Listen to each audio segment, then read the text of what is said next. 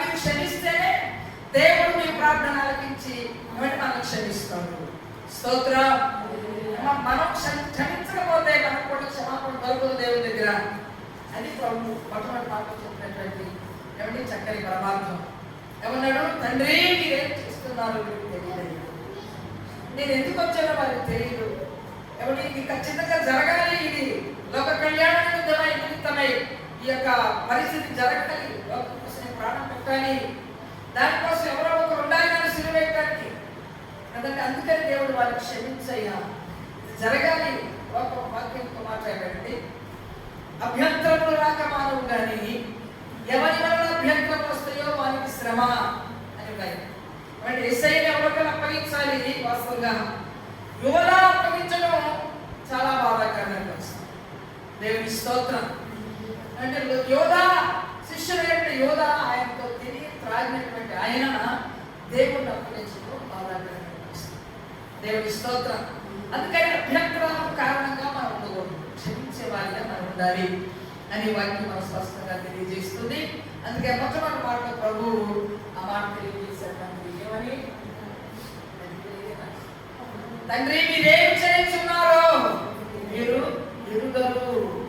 ఇది జరగాలి, ఇది జరగాలి కాబట్టి వాళ్ళు జరిగిస్తున్నారు. వారికి తెలియదు ప్రభు ఏ విధంగా చేతనైనా నేను ప్రాణం పెట్టాలి కాబట్టి వారిని క్షమించమని దేవుడు అడిగాడు.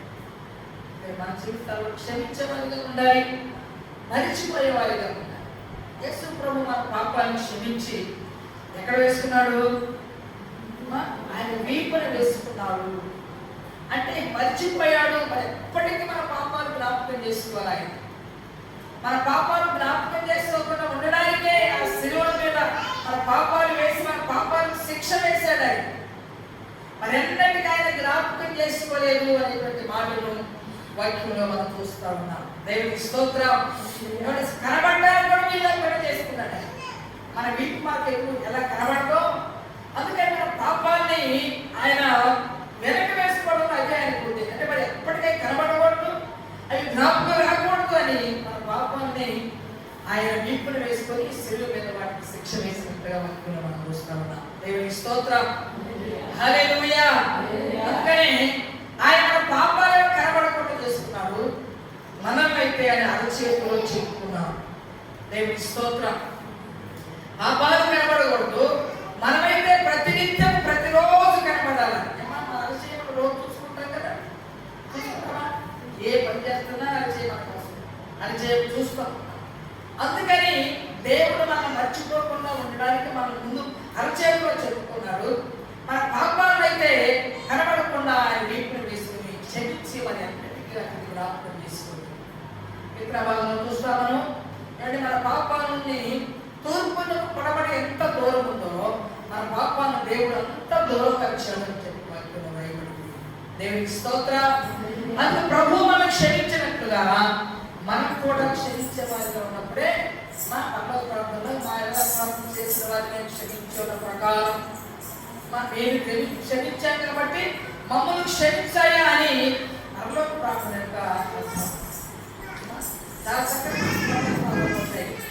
అవి మనం గుర్తెరిగి అవన్నీ వాటిని మనం గమనించుకుని ప్రార్థన చేసుకుంటే మంచిది. దేవుని స్తోత్రం.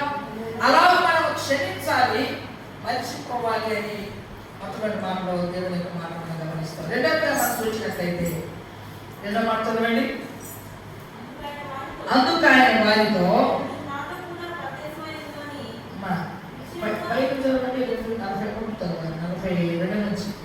ఆయన చూచి యేసు నీవు నీ రాజ్యంలోనికి వచ్చినప్పుడు నన్ను జ్ఞాపకం చేసుకున్నదని నేను నీతో కూడా నీవు నాతో కూడా పరదేశంలో ఉన్నటువంటి నిశ్చయముగా నీతో చెప్పుచున్నాను. ఇక్కడ దొంగ యేసయ్యతో కూడా కలిసి దేవుని రాజ్యాన్ని పొందడానికి ఆయన ఏం చేశాడు? అక్కడ ఏమండి ఏం చేశాడు చెప్పండి? దేవునికి భయపడ్డాడు. భయపడటం అంటే మనం ఏదో భయపడతాం అనుకుంటున్నాం. దేవునికి నిజంగా భయపడ్డాడు కాబట్టి ఆయన దొంగ దేవుడితో కూడా పరలోకానికి వెళ్ళాడు. అంటే తన పాపాలు జ్ఞాపకం చేసుకుని ఎవరు తను చేసినటువంటి పాపాలను కూడా జ్ఞాపకం చేసుకొని పశ్చాత్తాపడతారు.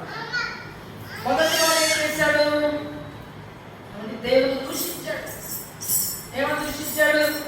నువ్వు దేవుడు కదా, మాగలాగా నీ గది నీకెందుకు పట్టింది, నువ్వు దేవుడు కదా, నిన్ను రక్షించుకొని మమ్మల్ని కూడా రక్షించవచ్చు కదా అని దేవుడిని ఎవరిని ధ్యానంగా మాట్లాడాడు.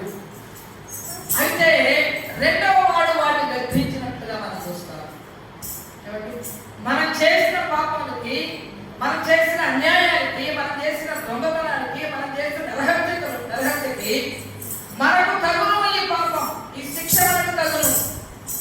ఏమండి, ఆయన ఎక్కువ చేయలేదు కదా, నీవు ఇంకా అదే శిక్షార్థంలో ఉన్నావా, నీకు మారు మనసు ఇంకా రావట్లేదు, పశ్చాత్తాపం రాలేదా అని రెండవ వాడు మొదటి వాడిని గద్దించి అప్పుడు ఈ మాట, అయ్యా ఖచ్చితంగా నీ రాజ్యంతో వస్తావు. నిజంగా ఈ దొంగకి దేవుడి నుంచి బాగా తెలుసు కదండి, విశ్వాస ఒకరే నీ రాజ్యంతో వస్తావని మాట ఎలా అనగలిగాను? దేవుడు ఎవరికైతే ఆ విషయం తెలియదు. అందుకని నువ్వు నీ రాజ్యంతో వస్తావు కాబట్టి నువ్వు వచ్చేటప్పుడు నన్ను ఒకసారి జ్ఞాపకం చేసుకుంటే, ఇంకా తండ్రి అన్నాడు, ఎప్పుడో వచ్చినప్పుడే కాదు, ఇప్పుడే నాతో కూడా వరకేసి వస్తున్నావు. అది నిజమైన భయం. నిజమైన భయం ఏం చేస్తుంది చెప్పండి? నిజమైన భయం, ఆయన నిజంగా భయపడ్డాడు కాబట్టి దేవుని రాజ్యాన్ని సంపాదించాడు. ఇశ్రాయేలు జీవితంలో మనం చూసినట్లయితే మంత్రసాలు కూడా దేవునికి భయపడ్డారు. అక్కడ వాక్యంలో మనం చూస్తాం. మంత్రసాలు దేవునికి భయపడ్డారు కాబట్టి ఆ హెబ్రీయుల బిడ్డలు మనం చంపలేదు. నిజంగా భయపడితే మన జీవితంలో క్రియ చూస్తాం. వారు నిజంగా భయపడ్డారు కాబట్టి ఏం చేశారు? ఫరో ఇశ్రాయేలు బిడ్డలను చంపమంటే వారు చంపడానికి భయపడ్డారు. అప్పుడు ఏమన్నారు? ఏమని? అయ్యా, హెబ్రీయులు మళ్ళాంటి వాడు కాదు, ఐగుప్తీయుల వారు కాదు, వాళ్ళు చురుకైన వారు. ఆవిడ మేము వెళ్ళేటప్పటికే బిడ్డలు కనేసి వారు ఒళ్ళో పెట్టుకున్నారు, మేము ఎలా చేయగలము పని భయపడ్డారు దేవుడికి. వారి దేవుని స్తోత్రం, హల్లెలూయా. అందుకనే ఒక దేవుడికి మాట్లాడాడు, వారు మంత్రస్థానం దేవుడికి భయపడ్డారు కనుకనే దేవుడు మంత్రస్థానంలో మేలు చేశాడు. స్తోత్రం. అలా ఉండాలి మన భయం.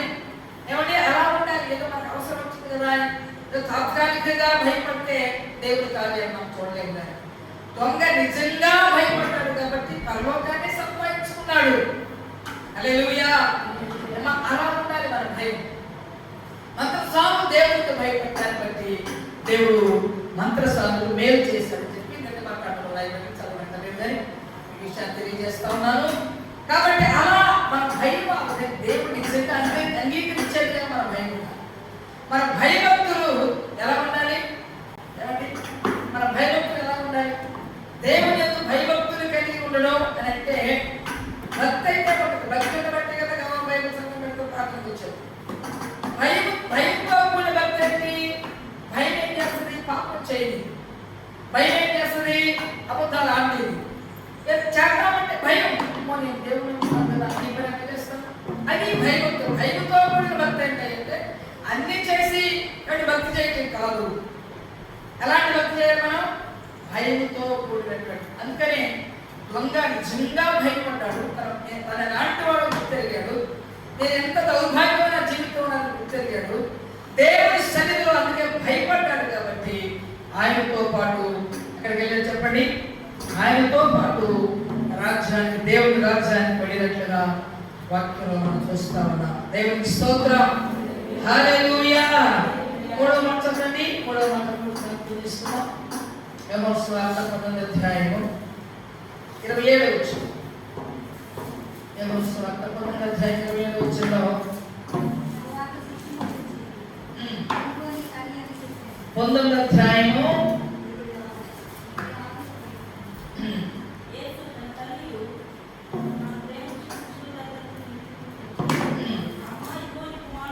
అమ్మా ఇదిగో నీ కుమారుడు అని తన తల్లితో చెప్పాడు. తరువాత శిష్యుని చూచి ఇదిగో నీ తల్లి అని చెప్పాడు. ఆ గడియ నుండి ఆ శిష్యుడు ఆగడు తన ఇంట చేర్చుకొనెను. దేవుని స్తోత్రం. మూడవ మాటగా మనం చూస్తే అమ్మా ఇదిగో నీ కుమారుడు అని యేసు ప్రభు శిష్యుడైన యోహానుని తల్లికి అప్పగించినట్లుగా మనం చూస్తాము. మూడో మాటలో మనం చూస్తాము ఏమండి, శిష్యుడైనటువంటి యోహాను యేసయ్యను ఎంతో ప్రేమించాడు.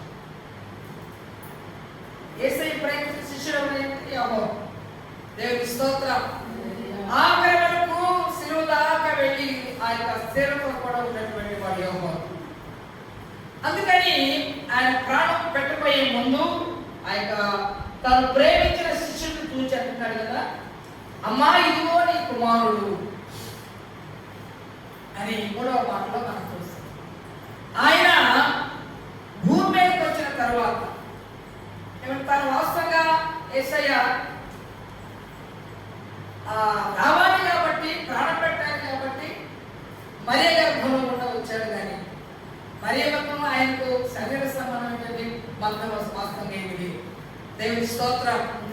అందుకని తన పని జరగాలి కాబట్టి ఆయన సామాన్యంగా వాడుకొని భూలోకానికి వచ్చాడు. అయితే ఆయన వెళ్ళిపోతూ ఆయన చేసినటువంటి గొప్ప పని, గొప్ప మాట ఏం చెప్పాడంటే, తన భర్త అయిపోయింది కదా అని చెప్పి ఆయన ఆ వదిలేసి వెళ్ళిపోలేదు. తన బాధ్యతను అక్కడ నెరవేర్చినట్లుగా మనం చూస్తున్నాం. దేవుని స్తోత్రం. తన బాధ్యతను ఎలా నెరవేర్చాడంటే, నా వైపు అయిపోయి నా పని చేసి వెళ్ళిపోతే అనుకోలేదు. కానీ తన తల్లిని విడిచిపెట్టకుండా ఒక యోహాను శిష్యుడి తల్లిని అప్పగించాడు. నేను వెళ్ళిపోతున్నాను, నీ తల్లి వలే నా తల్లిని చూసుకోవాలి తన బాధ్యతను అక్కడ తెలియజేసినట్టుగా యేసు ప్రభు మనం చూస్తాం. ఈనాటి దినాల్లో మనం చూస్తూ ఉంటే బిడ్డలు ఎంతమంది నిజంగా మన తల్లిదండ్రులు చూస్తున్నారు. మా బాధ్యతను విస్మరించి ఎంతో మంది పట్టించుకునే పరిస్థితులు ఎంతో మంది మనం చూస్తాం. తల్లిదండ్రులు కొడుతున్న మనం చూస్తాం. మా తల్లిదండ్రులు కొడుతున్నారు. మా ఇంటి పక్కన కొడుకుంటారు. నువ్వు కొడతానంటున్నారు. ఎటువైపు చదువుకుంటారు వస్తారు. అప్పుడే నేను మాట్లాడతాను. నిజంగా మనకు తయారవడానికి లేక ఒక్కడే కొడుకండి విపరీతంగా ఇచ్చాడు. నేను బుధవారం పడే అంటే మా నాకేమో ఆయనకు వచ్చాడు. ఆమె వాట్సాప్ వెళ్ళి పడలే కూడా ఉంది ఎగిరి చూస్తాను వస్తున్నాడేమో వస్తున్నాడేమో ఆయన దగ్గర వస్తే ఇప్పుడు చదువుతాను విషయంగా నేను తొమ్మిదిగా అడవులు వెళ్ళి మాట్లాడుతున్నాను అంటే ఈమె మాట్లాడి అమ్మాయి ఆయన ఎక్కడున్నాడు ఎన్నోసార్లు మాట్లాడి మాట్లాడుతున్నాడు. ఒక్క కొడుకుని అంతగా పిలిస్తే నాడు వాడు ఏం చేస్తున్నాడంటే వాడిని వస్తాడు అందరూ చూడలేదు. చిన్నప్పటి నుంచి ఆయన రిక్షాలు అంత ఇదిగా పెంచితే ఈనాడు వాడిని ఇలాంటి బిడ్డలు ఈనాడు చాలా చోట్లకి వస్తున్నారు. వాడి జీవనంలో కొంచెం తాగి తల్లి ఆస్తి కోసం చెప్పేవాడు ఎంతో మంది మనం చూస్తాము. దేవుడి స్తోత్రం. అయితే నిన్న ఎంతో విషయం చెప్తాను. మన సంఘంలో గుడికి జరిగింది. ఆమె ఆ కుమార్తె ఉంది. ఆమె క్యాన్సర్ వచ్చింది. క్యాన్సర్ వస్తే ఆ అమ్మాయికి కుమారుడు కన్నా ఒక్కోటికైతే వాడు యాక్సిడెంట్ పనిచేసి వస్తున్నాడు. ఆయన వేరే వదిలిస్తే బిడ్డలను విడిచిపెట్టి భర్తను విడిచిపెట్టుకొని వాళ్ళని నచ్చజెప్పి వదిలేసేది కాదు. తల్లి కోసం ఎంత త్యాగం చేసిందనండి. గుంటూరు తీసుకెళ్ళి కీమోస్ పెట్టించి కరెంట్ పెట్టాల్సి పెట్టించి ఒక కుమారుడిగా నిలబడి ఆమె తల్లికి త్యాగం చేసింది. దేవుని స్తోత్రం. అలాంటి బిడ్డలుగా మనం ఉండాలి. అది ప్రభు అక్కడ చెప్పాడు. ప్రభు మూడవ మాట చెప్పిన గొప్ప అర్థం ఏంటంటే, ఇదిగో అమ్మా ఇదిగో నీ కుమారుడు యోహాను పిలిచి ఇదిగో నీ తల్లి అని తన కర్తవ్యాన్ని తన బాధ్యతను ఆమె వదిలేసి వెళ్ళకుండా తను కుమారుడుగా కొన్ని శారీరక విషయాల్లో వారికి సంబంధం లేకపోయినప్పటికీ తన కుమారుడుగా తను చేసినటువంటి ఆ బాధ్యతను మనం జ్ఞాపకం తీసుకుంటే తల్లిని విడిచిపెట్టకుండా తన కర్తవ్యాన్ని ప్రభు జరిగించారు. దేవుని స్తోత్రం. హల్లెలూయా. నేటి దినాల్లో ఇలాంటి కార్యాలు మనం చూస్తాం. కాబట్టి మనం ఏమంటే మరి బిడ్డలు కలిగిన మనం కూడా ఏం చేయాలి? నేను ఎదే అంటూ ఉంటాను పడుకున్నాను ఇంకా నేను చూస్తా వసంతాలు కూడా చూస్తాను. నేను జరిగేది అదే అమ్మా. ఏం జరిగింది? ఖచ్చితంగా దేవుని స్తోత్రం. అందుకని మన తల్లిదండ్రుల విషయంలో చాలా మన బాధ్యతలు మనం నెరవేర్చాలి. అది ప్రభు మాటలో 3వ మాటలో మనం నేర్చుకుంటాము. 4వ మాటలో మనం చూస్తే ఏమండి, నా దేవా నా నా చేయి ఎందుకు విడిచిపెట్టావు అనే మాట చూస్తాం. చెయ్యి విడిచిపెట్టాలి. చెయ్యి విడిచిపెట్టకపోతే ఏమైంది? తండ్రి ప్రేమ అర్థం వస్తావు. యేసు ప్రభు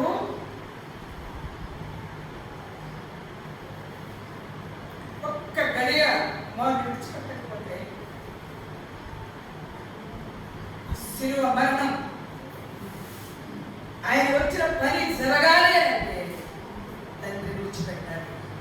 దేవుని స్తోత్రం. హల్లెలూయా, హల్లెలూయా.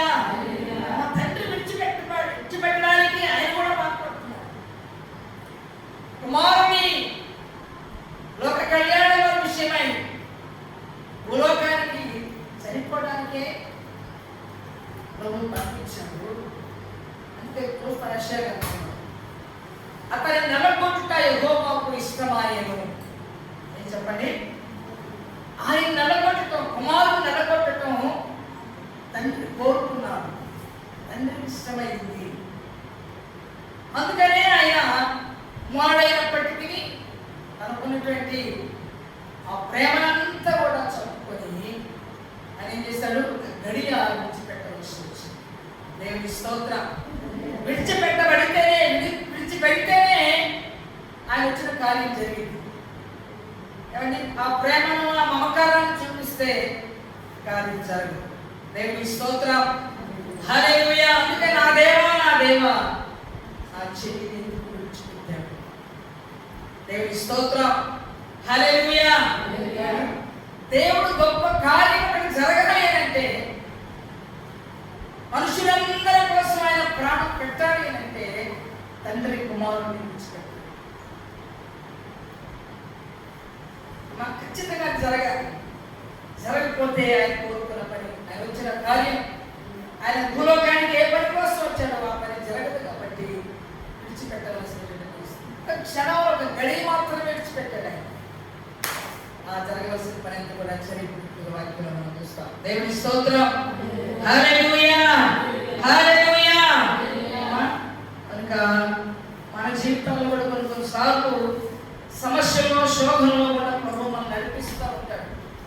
అంత మాత్రాన దేవుడు మనం విడిచిపెట్టాడు అని కాదు. కానీ తండ్రి చిత్తము ఎరిగి ఉండడానికి కొన్నిసార్లు మనం సమస్యలైనటువంటి మార్గంలో కూడా మనం ప్రయాణం చేస్తాం.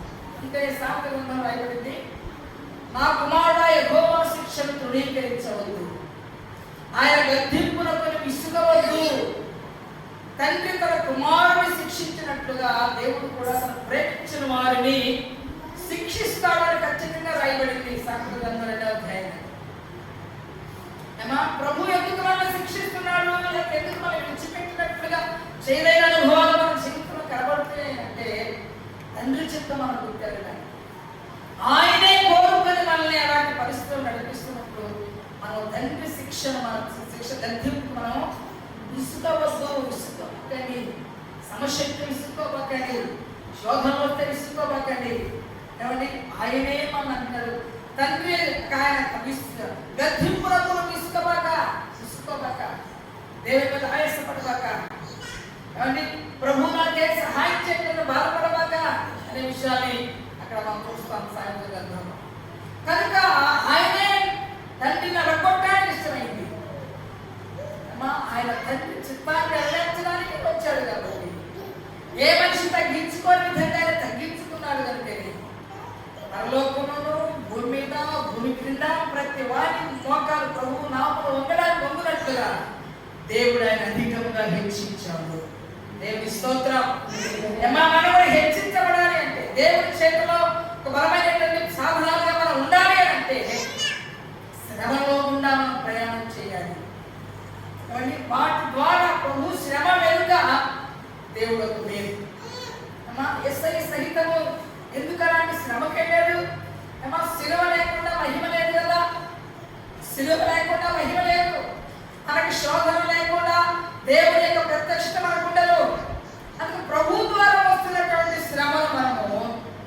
చేయకూడదు, విసుక్కోకూడదు.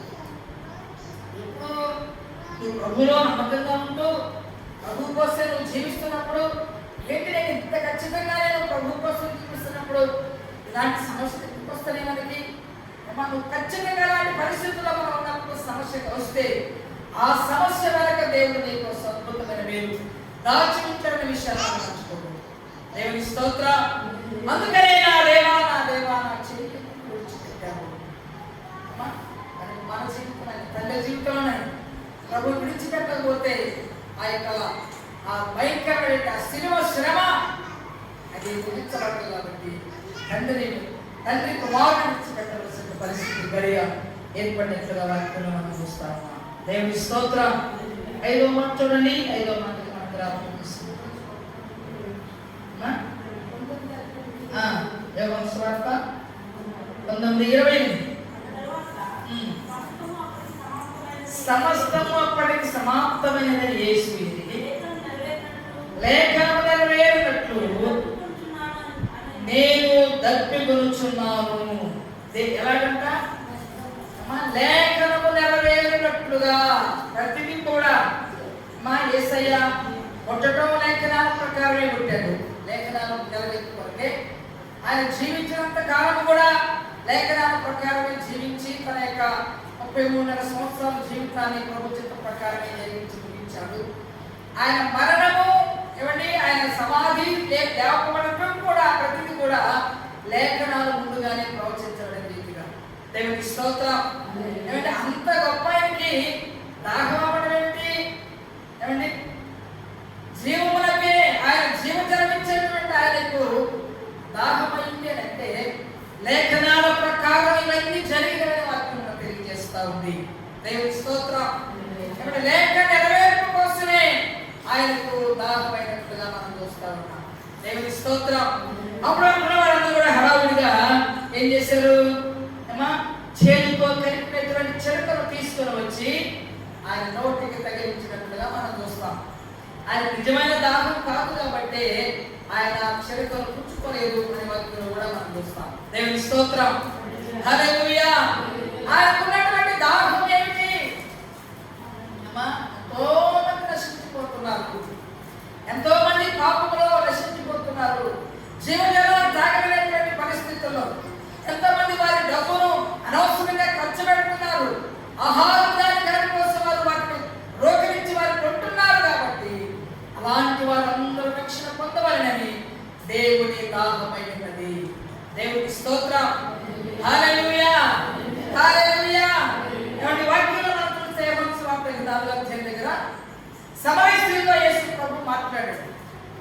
సమరయ స్త్రీతో యేసు మాట్లాడిన తర్వాత ఆమె రక్షణ పొందింది. సంభాషిస్తా ఉంటాడు దేవుడు. ఆయన గురించి కొన్ని విషయాలు మాట్లాడుతూ ఉన్నప్పుడు ఈరోజు శిష్యులు అయ్యా నేను ఊరిలోకి వెళ్ళి మీకు ఆహారం తీసుకొస్తామని చెప్పి శిష్యులు ఊరిలోకి వెళ్ళారు. ఊరిలోకి వెళ్ళి వచ్చేటప్పటికి యేసయ్య సమరయ స్త్రీతో మాట్లాడి ఆమె రక్షించి ఆమె పాపిగా గుర్తెరిగే విధంగా ఆయనతో మాట్లాడి ఆ పాపం కూడా పగలగొట్టే విధంగా ప్రభు చేసిన తర్వాత రక్షణ కార్యం జరిగిపోయింది. ఈ లోపు శిష్యులు వచ్చి అన్నారు కదా, అయ్యా నీకు భోజనం తీసుకొచ్చాను, భోజనం చేయండి. ఆయన ఏమన్నాడు? నేను అన్నం తినేసాను అన్నాడు.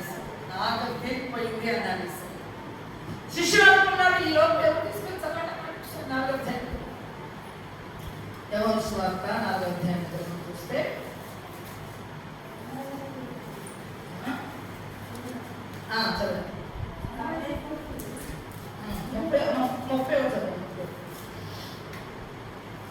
చదువు 30 ఆ స్త్రీ తన కొండ విడిచిపెట్టి 28 విడిచిపెట్టి ఊరిలోనికి వెళ్ళి మీరు వచ్చి నేను చేసినని నాతో చెప్పిన మనిషిని చూడండి, ఈయన క్రీస్తు పడాలని వారితో చెప్పగా వారు ఊరిలో నుండి బయలుదేరి ఆయన దగ్గరకు వచ్చి ఈ రోజు శిష్యులు భోజనం చేయమని ఆయన వేడుకున్నారు.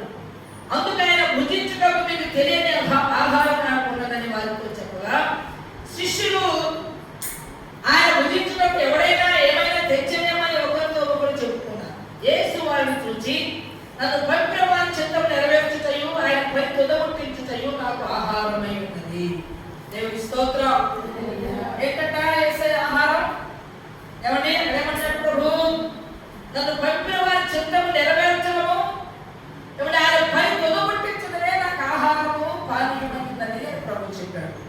దేవుడి స్తోత్రం.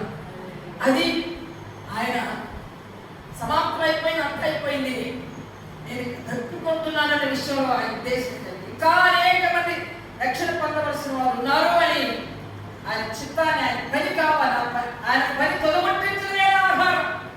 ఒక స్త్రీని, సమరయ స్త్రీని, పాపాత్మైన స్త్రీని రక్షించడమే, ఆయన పని జరిగించడమే దేవుని యొక్క ఆహారం అయినదని, ఆయన దాహమైనదని ప్రభు తెలియజేసినట్లుగా వాక్యంలో మనం చూస్తా ఉన్నాం.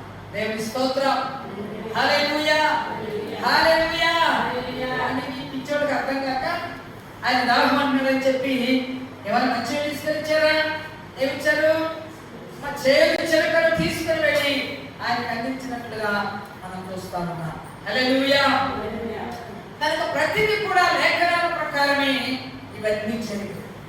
యేసయ్యకి ఆయన పుట్టడానికి లేఖనాలు ఉన్నాయి, ఆయన విధంగా పుడతాడని లేఖనాలు ఉన్నాయి, ఆయన జీవించిన విధానంలో లేఖనాలు ఉన్నాయి, ఆయన మరణ విషయంలో లేఖనాలు ఉన్నాయి, ఆయన పునరుద్ధాన విషయంలో కూడా లేఖనాల ప్రకారమే సమస్తం జరిగింది. దేవుని స్తోత్రం. ఆయన దేవుడు కాబట్టి ఆయన ముందుగానే ప్రవచించారు. ఏమంటే లేఖనాల ప్రకారమే ప్రభు సమస్తాన్ని జరిగించినట్లుగా వాక్యంలో మనం చూస్తా ఉన్నాం. దేవునికి స్తోత్రం. హల్లెలూయా. 6వ మాటగా మనం చూద్దాం. చూడండి, 6వ మాట మనం రాత్రి చదువుతాం. యేసు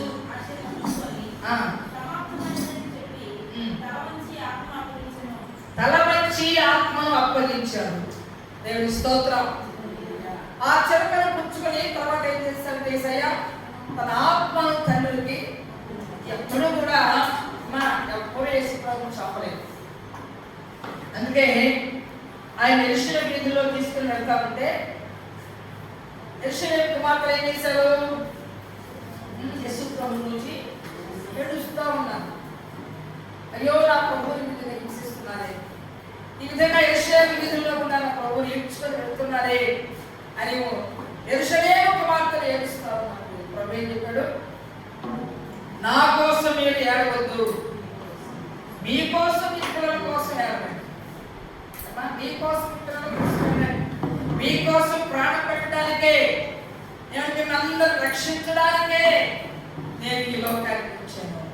దేవుని స్తోత్రం. ఆయన కోసం ఏడవద్దని చెప్తే వీళ్ళేం చెప్తున్నారు? పాపమైన కడుపులోనే పెట్టుకుంటారు. మా హృదయాల్లో మార్పు ఉండదు, జీవితాలు మారవు. కానీ ఏం చేస్తారు? ఆయన ప్రభువే ఖచ్చితంగా చెప్పారు, నా కోసం మీరు ఏడవలసిన అవసరం లేదు, మీకోసం, మీ పిల్లల కోసం ఏడవండి అనే విషయాన్ని ఖచ్చితంగా ప్రభువుకు తెలియజేసినట్టుగా మనం చూస్తాం. దేవుని స్తోత్రం. అందుకని యేసు ప్రభువుని ఎవరు చంపలేదు, వాక్యంలో రాయబడింది. ఆయన అప్పటికి సమాప్తమైనది ఎరిగి తల వంచెను, ఆత్మను అప్పగించినట్లుగా మనం చూస్తాం. దేవుని స్తోత్రం. అందుకే పిలాతు ఒక మాట అంటాడు కదా, ఏంటి నువ్వేమి మాట్లాడవా, నీ మౌనమే మమ్మల్ని తీర్పు చేస్తున్నట్టుండే అని పిలాతు కొన్ని విషయాలు మాట్లాడతాను. ఎందుకంటే నీ ప్రాణం పెట్టడానికి, తీయడానికి మాకు అధికారం ఉంది. చూడ యోహాను సువార్తలో ఆ విషయాన్ని మనం జ్ఞాపకం చేస్తున్నాం. యోహాను సువార్త 10వ అధ్యాయం దగ్గర 10వ అధ్యాయము 10వ వచనం చదవండి. కనుక పిలాతు నాతో మాట్లాడవా, నిన్ను విడుదల చేయటకు నాకు అధికారం కలదనియు, నిన్ను సిలువేయటకు నాకు అధికారం కలదనియు వెరుగవా అని ఆయనతో అన్నాడు. అందుకు యేసు, పైనుండి నీకు ఇయ్యబడితే తప్ప నా మీద నీకు ఏ అధికారం ఉండదు, అందుచేత నన్ను అప్పగించిన వారికి ఎక్కువ పాపము కలుగును. స్తోత్రం. సరే, పిలాతు యేసు ప్రభు పిలాతు తీర్పిస్తుంటే ఏంటి నీ పరిస్థితి? అందరూ ఈ విధంగా మాట్లాడుతున్నారు కదా, నువ్వేమి మాట్లాడవా? ఎవరి నిన్ను విడిపించడానికి నాకు అధికారం ఉంది, నేను సెలివేయడానికి అధికారం ఉందని పిలాతు మాట్లాడుతూ ఉంటే ప్రభు అంటాడు, పై నుండి నీకు అధికారం పంపబడితే తప్ప నువ్వు నాకేం చేయలేవు. స్తోత్రం. హల్లెలూయా. అందుకే యేసు ప్రభుని ఎవరి లేఖనాల ప్రకారం ఆయన శ్రమ పెట్టబడాలి, ఎవరిని ఆయన కొట్టబడాలి, ఇవన్నీ జరగాలి, రక్తం కాల్చబడాలి కాబట్టి, కాల్చాలి కాబట్టి ఇవన్నీ జరిగినాయి. ప్రాణం తీసే పని మాత్రం దేవుని చేతిలో ఉంది. దేవుని స్తోత్రం. అందుకే యేసు ప్రభు ఎవ్వరూ చంపలేదు. ఏమంటే ఆయన ముందుగానే తలవంచి ఆత్మను తండ్రికి అప్పగించినట్టుగా లేఖనాల ప్రకారం సంస్కారానికి ప్రభు జరిగించినట్టుగా వాక్యంలో మనం చూస్తాం. అందుకే ఆయన అంటారు కదా, మౌనంగా ఉన్నాడు, పిల్లలు మాట్లాడి విన్నాడు ఆయన అంటాడు కదా, ఏమంటే అందుకే యేసు పై నుండి నీకు ఇవ్వబడితే తప్ప నా మీద నీకే అధికారము లేదు. స్తోత్రం. హల్లెలూయా, హల్లెలూయా. అప్పుడు వాళ్ళు నిజంగా ఆశ్చర్యపోయినటువంటి పరిస్థితి బాగా మనం చూస్తాం. ప్రభుని ఆయన ప్రాణం తీసేయడం ఎవరి చేత కాదు. ఆయన రక్తం చిందించాలి, ఆయన రక్తం కాల్చాలి కాబట్టి, నీతిమంతులు మన కోసం వచ్చి చనిపోవాలి కాబట్టి అవన్నీ బయట జరిగిపోయి. కానీ ప్రాణం తీసే పని మాత్రం, ఏమంటే ప్రాణాన్ని అప్పగించే పని మాత్రం ఎవరి స్వాధీనం చెప్పండి? తండ్రి స్వాధీనం. ఇక్కడ మనం గమనించైతే చూడండి, ఈ దేవుని వాక్యంలో ఆ చక్కని మాటలు మనం చూస్తాము. 6వ మాటకి చదువుతున్నాము. తల నుంచి ఆత్మను అప్పగించాడు. ఈలోపు యేసు ప్రభుతో పాటు ఇద్దరు నేరస్తులు సిలువ వేస్తారు కదా. రోమా చట్టం ప్రకారం ఏమైనా నేరం చేసిన వాడిని సిలువ వేస్తారు. అంటే మనం పాడుకుంటాం కదా, నేరము చేయని నీవు ఈ ఘోర పాపి కొరకు భారమైన సిలువ మోయలేక మోసావు, కొరడాలు చెల్లని చీల్చెనే నీ సుందర దేహమునే, కొరడాలు చెల్లని చీల్చెనే నీ సుందర దేహమునే, తడిపెను నీ తనునే రుధిరంబు ధారలే, వెలియైన యేసయ్యా, వెలియైన యేసయ్యా, నిలువెల్ల నలిగితివా, నీవెంతో అలసితివా, సిలువలో ఆ సిలువలో ఆ ఘోర కల్వరిలో సులువల మధ్యలో వేలాడిన యేసయ్యా. హల్లెలూయా. కాబట్టి ఇద్దరు దొంగల మధ్య ఆయన సిలువ వేశారు. నేరం చేయకపోయినా ఏమంటే మన స్థానాన్ని, మనం ఉండవలసిన స్థానం అంటే దొంగలు ఏ స్థానంలో ఉన్నారో అక్కడ మనం ఉండవలసిన స్థానం మనది. కానీ మన స్థానాన్ని ఆయన కోరుకున్నారు. దేవునికి స్తోత్రం. హల్లెలూయా. మన స్థానాన్ని కోరుకుని మనకు విడుదల ఇచ్చి మనం ఎక్కవలసిన ఆ యొక్క సిలువ మీదకి మనం భరించవలసినటువంటి ఆ ఘోరమైనటువంటి నేరస్తులుగా ఉండవలసినటువంటి ఆ స్థలాన్ని ఆయన కోరుకున్నారు. దేవునికి స్తోత్రం. సరే, రోమా చట్టం ప్రకారం సిలువ మీద వారు చనిపోకూడదు. బ్రతుకుతూ ఉండగా వారిని దించి వారి ఎముకలన్నీ ఖైమా చేసి చంపాలి. అలా చంపాలి. అది నేరస్తులకు వేసే ఘోరమైన శిక్ష ఏంటంటే, దొంగతనం చేసినా ఏ తప్పు చేసినా ఆ నేరస్తుని ఆ సాయంకాలం అయ్యేటప్పటికి ప్రాణం అక్కడే పోకూడదు, వారి ప్రాణంతోనే దించి ఏం చేయాలి చెప్పండి? ఏం చేయాలి? చెప్పండి. ఎముకలన్నీ కూడా విరగొట్టాలి.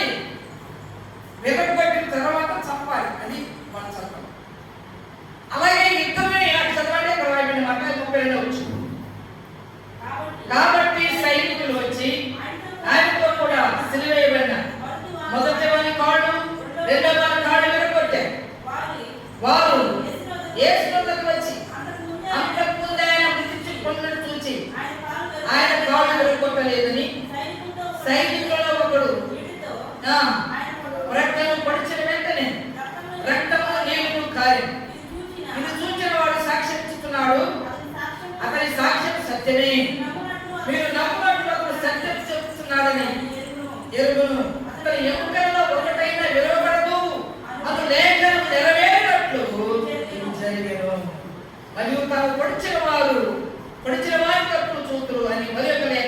చెప్తా ఉంది. దేవుని స్తోత్రం. హల్లెలూయా. అందరినీ నేరస్తులందరినీ సిలువ నుంచి కాళ్ళు విరగొట్టి చంపేశారు. కానీ యేసు ప్రభు అప్పటికే మృతి చెందాడు. మృతి చెందిన తర్వాత కాళ్ళు విరగొట్టకూడదు. అది ఏమిటంటే లేఖనాల ప్రకారం. స్తోత్రం. లేఖనాల ప్రకారం ఏం రాయబడింది?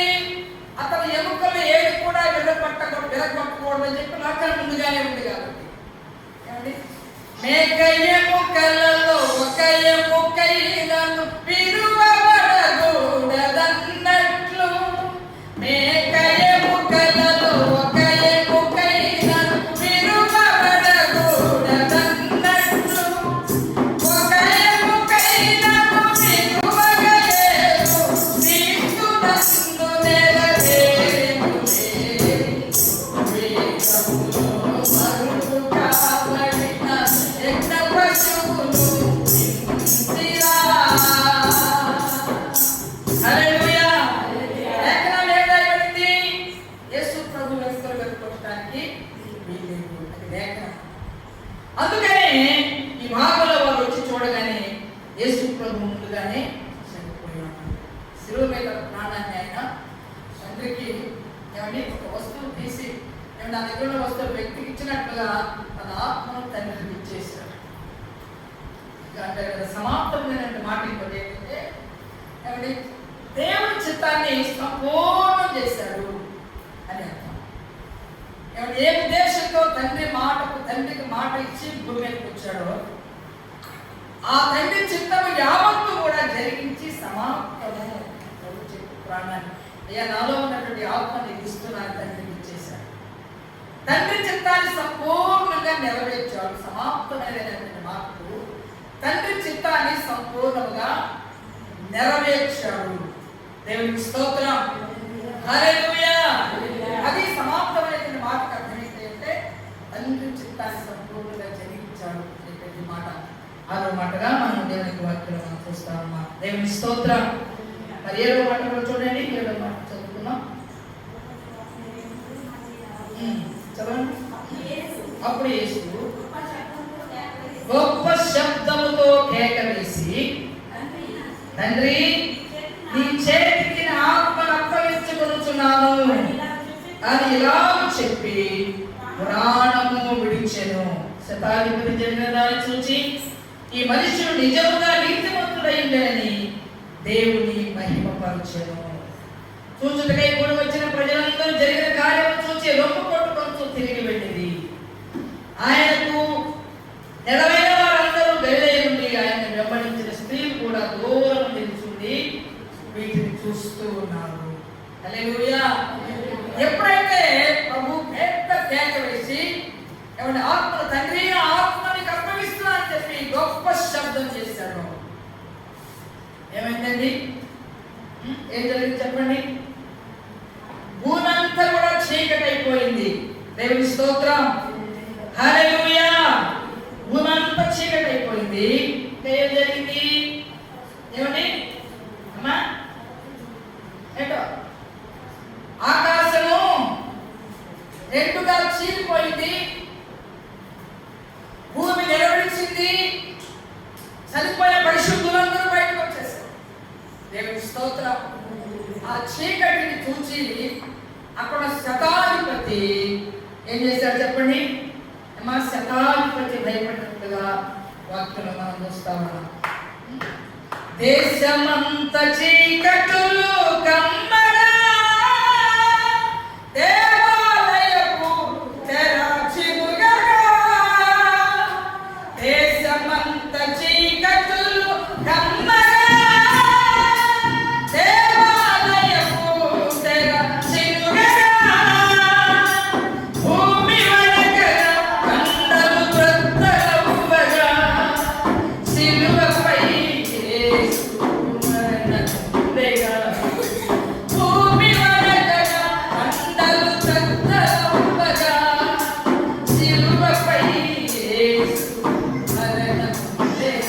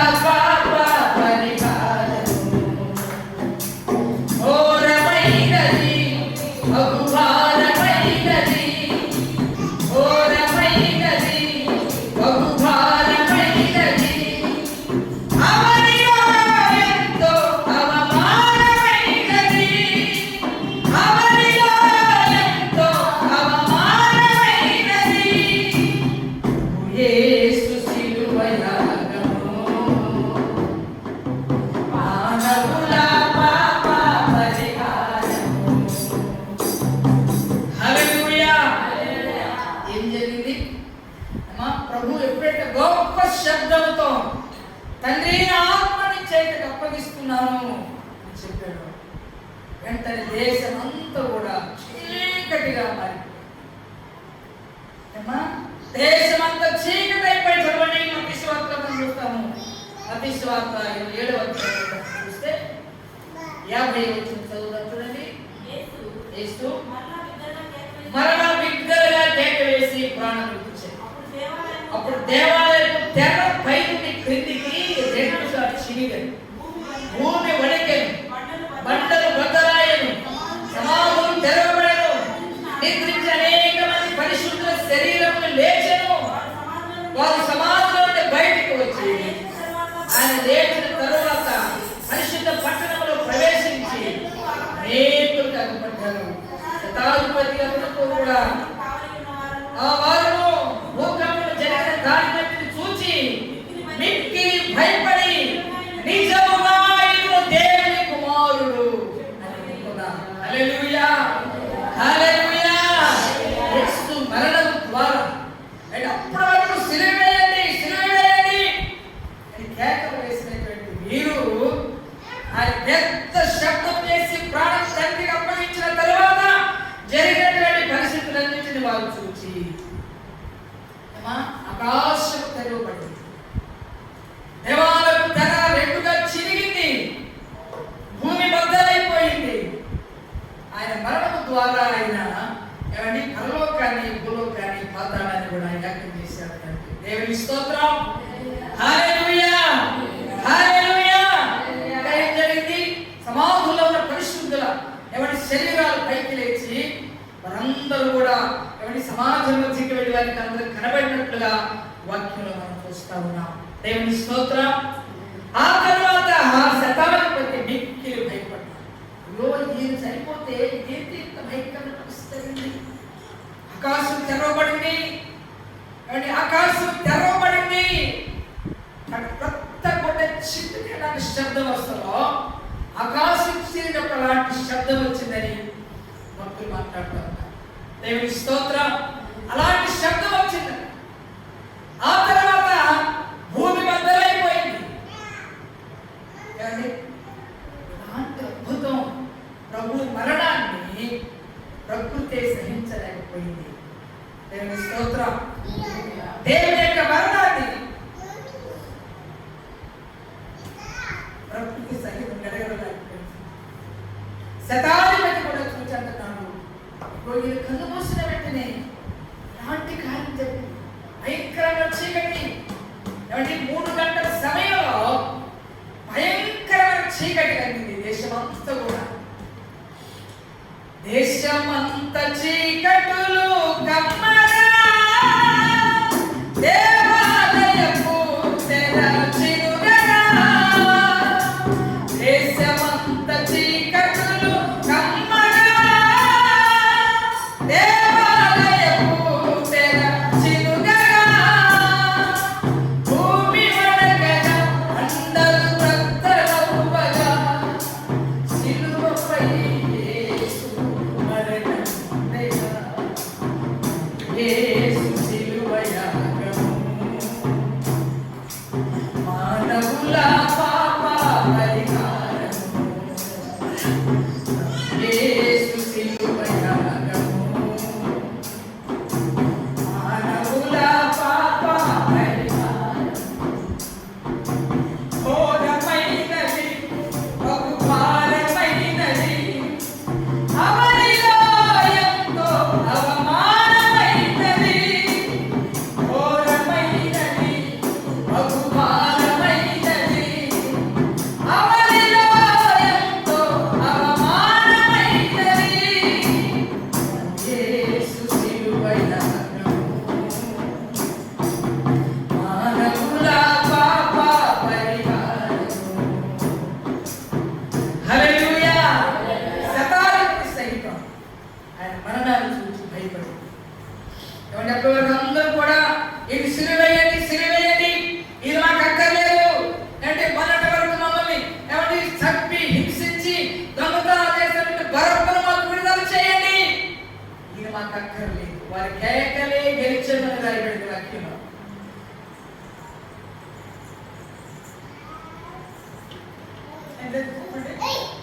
సిలువేయండి, సిలువేయండి, యేసు మాకు అక్కర్లేదు, బరబ్బనే మాకు విడుదల చేయండి.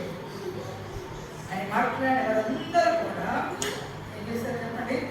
శతాధిపతి అంటున్నాడు ఆయన మరణం చూసి, నిజముగా ఈయన దేవుని కుమారుడు అని చెప్తున్నారు.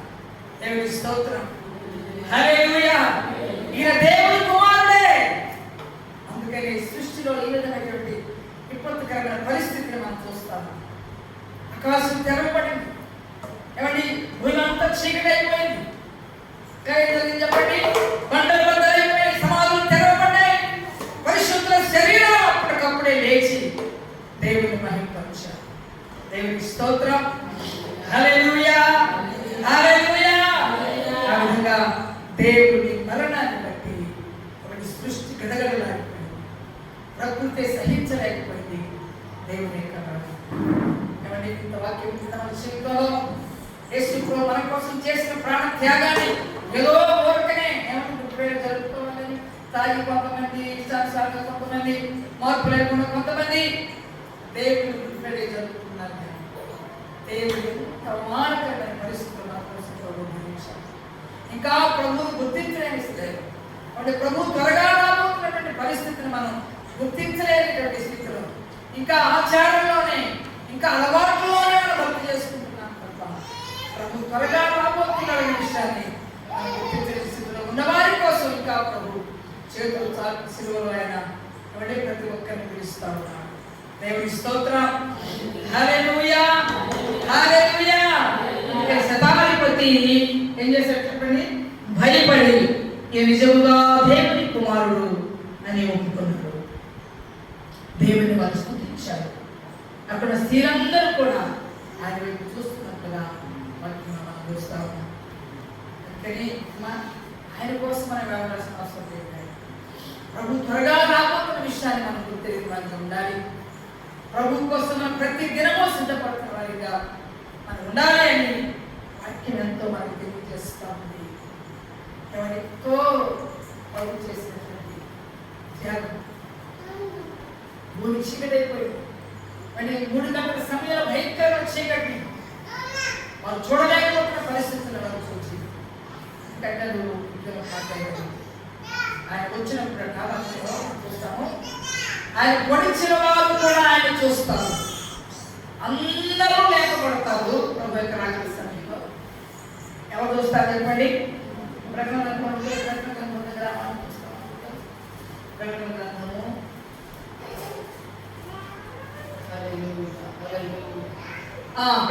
1వ అధ్యాయం 7వ వచనం.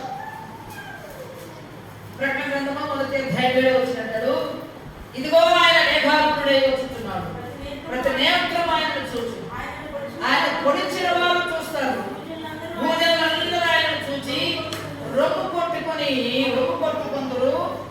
అవును, ఆమేన్, స్తోత్రం, హల్లెలూయా. ప్రభు ఆగమన సమయంలో ఆయన మేఘారూఢుడై వస్తున్నప్పుడు ఆయన ఈ నేల మీద కొట్టింది, ఈ నేల మీద దూషించింది, ఈ నేల మీద కత్తులతో పొడిచింది. అందరూ ఆయన చూచి రొమ్ము కొట్టుకొని ఏడ్చే పరిస్థితి మనం చూడకుంటాం. దేవుడి స్తోత్రం, హల్లెలూయా. ఆయన పొడిచిన వారు కూడా ఆయన చూడబోతున్నారు. ప్రభు వచ్చేటట్టే ప్రభు త్వరగా రాబోతూ ఉండగా ఆయన వస్తున్నటువంటి సమయంలో మనం ఏమండి మీరు వలే కాకుండా తండ్రి దగ్గర ధైర్యంగా నిలబడేటువంటి భక్తి జీవితాన్ని మన ప్రభువులో కొనసాగించుకోవాలి. ఆయన ప్రతివాని ఏమంటే కన్నీటి బాష్ప బిందువు ప్రభు తుడిచివేయడానికి రాబోతున్నాడు కాబట్టి ఆయన దగ్గర మనం ధైర్యంగా మన తండ్రి అని ఆయన సమీపించే ధైర్యాన్ని కలిగిన వారిగా మన భక్తి జీవితాన్ని మనం కొనసాగించాలి. దేవుని స్తోత్రం, హల్లెలూయా. ఆయన వచ్చినప్పుడు ఆయన దగ్గర మనం ధైర్యంగా ఎదుర్కోవాలి. మన తండ్రి అని ఎదుర్కోవాలంటే మనం ఏం చేయాలి? ఆయన కోసం సరైనటువంటి భక్తి, భయంతో కూడిన భక్తి, పాపం లేనటువంటి భక్తిని, దేవుడికి భయపడుతూ చేసేటువంటి భక్తిని మనం చేస్తూ ఆయన తండ్రి అని ధైర్యంగా ప్రభుత్వం ఎదుర్కొంటూ ప్రభుత్వం సాగిపోదాము. దేవుడి మాటలు నా కోసం దీవించి ఆశీర్వదించుగాక. ఆమేన్. తలవంచండి, ప్రార్థన చేస్తున్నాం. హల్లెలూయా, హల్లెలూయా, హల్లెలూయా. స్తోత్ర స్తోత్ర స్తోత్ర స్తోత్ర స్తోత్రమైన అవును ప్రభువా, నాయనా మీకు వందనాలు. గొప్ప తండ్రి మీకు వందనాలు. నమ్మదగిన దేవానికి స్తోత్రం. ఈ మరణము ద్వారా ప్రభా నిన్ను కొట్టినవాడు శతాధిపతి రొమ్ము కొట్టుకొని నిజముగా అయిన దేవుడి కుమార్. మరి మనం ఎలా ఉన్నాం? ఏమండి ఆన్సర్ వేసుకున్నాం. దూషించారు, దేవాలయాన్ని పడగొట్టి 3 దినముల్లో కడతానవాడు వీడేనా? సిలువ మీద నుంచి దిగి రావచ్చు కదా, సిలువ మీద నుంచి దిగి రావచ్చు కదా అని అనేకమంది ఆడో చూసినట్టుగా నేడు మనం కూడా సిలువను చూస్తూ ఏముందరే అన్నట్టుగా చూస్తున్నామా మనం? నా యేసుని సిలువ వేయు సమయమున నీవచ్చటనే ఉన్నావా. నా యేసుని సిలువ వేయు సమయమున నీవచ్చటనే ఉన్నావా అన్నాడు. అనేక మంది అది సిలువేస్తూ ఉంటే శోధం చూసినట్టుగా అదేదో గొప్ప వింతైన కార్యమని అనేక మంది చూస్తున్నట్లు అనేక దినాల్లో మనం కూడా ఏమంటే మాకు అన్నట్లుగా దేవుడి శిల్వను మనం ఒకవేళ ఆరాధిస్తున్నాము. ఆడగా మనం కూడా ఒక్కరి వల్లే మనం ఉన్నామేమో, దేవుని మహిమపరిచే పరిస్థితుల్లో మన చింతలు ఉన్నాయేమో. ఒకసారి మనం ఏమై ఉన్నాం? సిలువ పైన ప్రభుని శ్రమల చూచి వలవల కన్నీరు కాచు.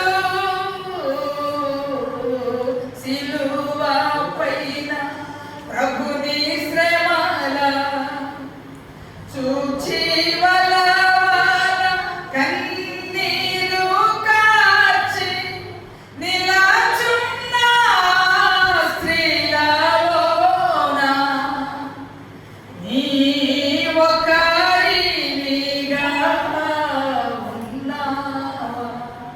నా యేసుని సిలువ వేయు సమయమున నీవచ్చటనే ఉన్నావా. దేవాలయమును పడగొట్టి 3 దినములలో కట్టువాడా.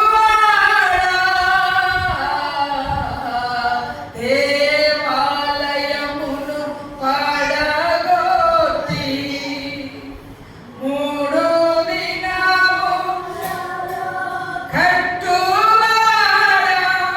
దిగి రమ్ము సిలువపై నుండి అని దూషించే వారిలో నీవున్నావా. దిగి రమ్ము సిలువపై నుండి అని దూషించే వారిలో నీవున్నావా. నా యేసుని సిలువ వేయు సమయమున నీవచ్చటనే ఉన్నావా. ఓ ప్రభువా, ఏ లెక్కలో మనం ఉన్నాం? ప్రభు తన శరీరాన్ని గురించి చెప్పాడు. 3 దినాల్లో నేను చనిపోయి తిరిగి లేచి మరలా సంఘాన్ని కడతాను. అది అర్థం కాని వాళ్ళు అంటున్నారు, దేవాలయం 3 దినాల్లో కడతానన్నావు కదా. అలాంటి నువ్వు శిలువ నుంచి దిగరాలే స్థితిలో ఉన్నావు. అనేక మంది ప్రభు శిలువ దగ్గర ఆయన మనం దూషిస్తున్నటువంటి పరిస్థితి. మనం ఏ లెక్కలో ఉన్నాం? ఏ లెక్కలో ఉన్నాం? ప్రభు నా కొరకు ఇలాంటి త్యాగం చేశాడని చెప్పి మన జీవితాన్ని ప్రభు సమర్పించి దేవుని బిడ్డలుగా ఉండేటువంటి లెక్కలో మనం ఉన్నాం. లేకపోతే ఇంకా ప్రభు సిలువ వేస్తూ దేవుని ఎరిగేమనుకొని ఏమంటే బాప్తిసాలు తీసుకొని ప్రభులో జీవిస్తున్నటువంటి మనం ఇంకా మరలా ప్రభు సిలువ వేసే లెక్కలో ఉన్నాం. దేవుడి యొక్క సిలువను ఏదో సంతోషంగా ఏదో హ్యాపీగా అనుభవిస్తూ ఆ లెక్కలో మనం ఉన్నాం. ఒకసారి పరిశీలన చేసుకున్నాం. స్తోత్ర స్తోత్ర స్తోత్ర స్తోత్రమయ్యా. పరిశుద్ధ తండ్రి మీకే స్తుతులున్నాయి. గొప్ప దేవా మీకు వందనాలు. నమ్మదగిన తండ్రి మీ స్తోత్రం నాయన. అయ్యా మీకు స్తోత్రం నాయన. మా కోసం నాయన అయ్యా మా కోసం ప్రాణం పెట్టడానికి, మమ్మల్ని రక్షించడానికి, మీ నీతిమంతుల రక్తంలో కడిగి మమ్మల్ని నీతిమంతులుగా చేయడానికే మీ తండ్రి దగ్గర ప్రభావం మాట ఇచ్చి భూలోకి కనిపించాం. అయినా నీ స్తోత్రమయ్యా. నేనున్నాను గొప్పమైన ప్రభా తండ్రి. గొప్ప పరిచయం ప్రభావం పరిచయం చేయడానికి వచ్చాను. పరిచయం చేయించుకోవడానికి రాలేదు. మనిషి కుమారుడు నేనన్నా చూసినటువంటి సతావికుడు ప్రభు కొడుకు ఏడుస్తూ నిజంగా ఆయన దేవుని కుమారుడే అని ప్రభా మా తండ్రిని ఆయన ఒప్పుకున్నట్టుగా చూస్తాను. అంటే నిబంధనలు కూర్చోబెట్టి ఇంతవరకు ఆయన సరిత మాత్రం సూచిస్తున్నాను. జరిగిన కూడికంత విని బట్టి ప్రభానికి స్థుతిస్తున్నాను. ఏ విధమైన ప్రతి మాట ఆయన కూడా మా జీవితంలో ఏ ఆచారముగాను అలవాటుగాను కాకుండా ఆత్మతో సత్యముతో ఆరాధించేటువంటి అనుభవం ప్రతి బిడ్డకు నిలబెట్టని ప్రార్థన చేస్తున్నాం. అప్పగిస్తున్నాము ఆయన. ఆశీర్వదించి దీవించి నామాన్ని మీరు వచ్చిన ఉద్దేశాన్ని ప్రభావ గుర్తిరిగి మీరు మరలా తిరిగి రాబోతున్నారన్న విషయాన్ని కూడా గుర్తిరిగి వారి ఉన్నాయి. అయ్యా ఆకాశంలో కలుసుకునేటువంటి ప్రభావ పరిశుద్ధత నీతి కలిగిన వారిగానే ఉండడానికి, ఎత్తబడే సంఘముగా ఎత్తబడే పరిస్థితుల్లో ఉండడానికి మీరు అనుగ్రహించి మహిమా ఘనత ప్రభావం పొందుకోండి. ఇంతవరకు నాయన వాతావరణం కలిగి స్తుతిస్తూ మహిమా ఘనత ప్రభావం మీకు మాత్రమే ఆరోపిస్తూ యేసు పరిశుద్ధమైన ఘనమైన నామములో వేడుకుంటూ ప్రార్థన చేస్తున్నాను మా పరమ తండ్రి. ఆమేన్. తండ్రి దేవుని ప్రేమ, కుమారుడైన యేసుక్రీస్తు కృప, పరిశుద్ధాత్మని సహవాసం చేయదనందరికీ సకల పరిశుద్ధులకు ప్రభు పర్యంతం సదాకాలం నడిపించును గాక. ఆమేన్. ఆమేన్.